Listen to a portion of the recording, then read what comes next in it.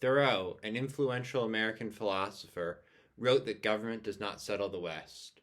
Thoreau is known for living in a cabin he built in the woods and for being generally against society or government. But I recently spent 2 days living in the wilderness, away from the influence of society, similar to what Thoreau suggested, if on a smaller scale, which raises a question. Based upon my experience, was he right? Does society only deprive people of their individuality, or does it improve the world? Is government necessary to settle the wilderness?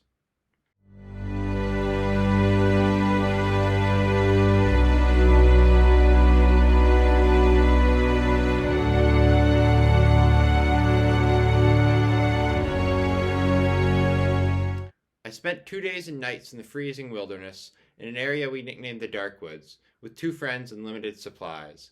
We had to build our own shelters, drink filtered stream water, and brave a snowstorm on the second night. If you want to hear more about the experience, I describe it in more detail in another video, which I'll link in the description. But the short version is that we were alone in the wilderness. Other than our modest supplies, which were admittedly quite helpful, we might as well have been in a time before civilization. There are 2 ways to analyze my experience. The first is the fact that I was away from civilization. The second is the miniature society that formed between me and my friends. My thoughts about being away from civilization can easily be summarized in a sentence. I'm glad I did it for 2 days, and I'll likely do it again, perhaps for longer or with less supplies, but I am immensely happy that, after those 2 days, I had a civilization to return to. Certainly, being away from civilization was character building and character revealing. The challenges we faced demanded hard work, but they were fair. I built a good shelter, so I got to be warm. Had I slacked off, I'd have suffered through the night. It was a fantastic challenge, and I'd recommend it to people. That said, had we truly been lost in the wild for a long period of time, things would not have been nearly so fair. We could have had accidents or fallen ill or experienced many of the other cruelties of nature. The chance to face challenges with real, present, but fair consequences was a product of our situation and might not have been true if we had been in nature for a long period of time.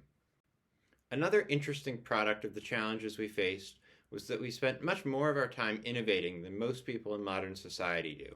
To list innovations that we made that could be easily applied to in the future, what might be called technologies, we, in 2 days whilst trying to survive, figured out a much more efficient method to gather leaves, how to reliably get the dry kindling we needed to make fires catch easily, how to effectively incorporate space blankets into debris huts, and more.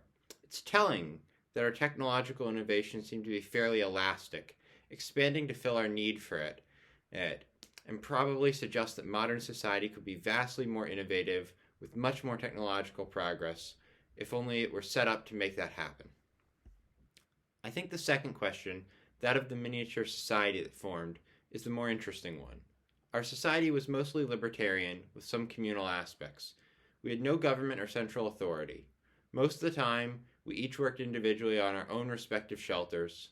We were each free to choose what kind of shelter to make, when to work and when to take a break, and to bear the rewards and consequences of those choices. As for the communal aspects, we occasionally helped each other, always voluntarily. For example, when my friends needed a third person to carry a large piece of bark back to camp for their shelter, they asked me and I helped them carry it. We had a single communal fire because it would have been inefficient to make more than one. On the second night, my friend and his brother also pooled their labor to make a single shelter big enough for both of them, which essentially allowed them to benefit from economies of scale. To the extent that our system was communal, it relied upon both goodwill and reciprocity. We chose to help each other largely because it was the right thing to do, without self-interested motivation to do so. That said, there was an unspoken bargain. If one of us had refused a request for help, others would likely have given him the same treatment in return. On first examination, our libertarian system seems to have worked quite well. After all, we handily survived and built shelters that withstood the snow, which was our goal. We were freer than the inhabitants of most modern nations, and our system of goodwill and reciprocity allowed us to accomplish the things that could only, or more effectively, be done together. There were, however, 3 major issues with this system that I noticed, though not all of those issues really affected us. The first issue was our reliance upon goodwill for communal tasks. With a small group of friends like we had, this was a non-issue, but such a system would have had trouble with a larger group, particularly of people who aren't already friends. A larger group would likely have people trying to take advantage of the system by asking for help from others but not giving the same in reverse. Perhaps our expectation of reciprocity, especially if formalized into something like verbal agreements, could suffice here for a larger group. The second issue was that our fates were each squarely in the hands of our respective skills and efforts. Like the reliance upon goodwill, this wasn't at all a problem for us, but could easily have been in another situation. Every one of us had the knowledge, skills, and determination to successfully build himself a shelter. Had a single one of us lacked these traits, he would have had a rather unpleasant night without shelter in a snowstorm. It's worth being precise about the effects of our system here. Had someone slacked off, he would have been without shelter. Whether this is good or bad is arguable, but another fact is certainly bad.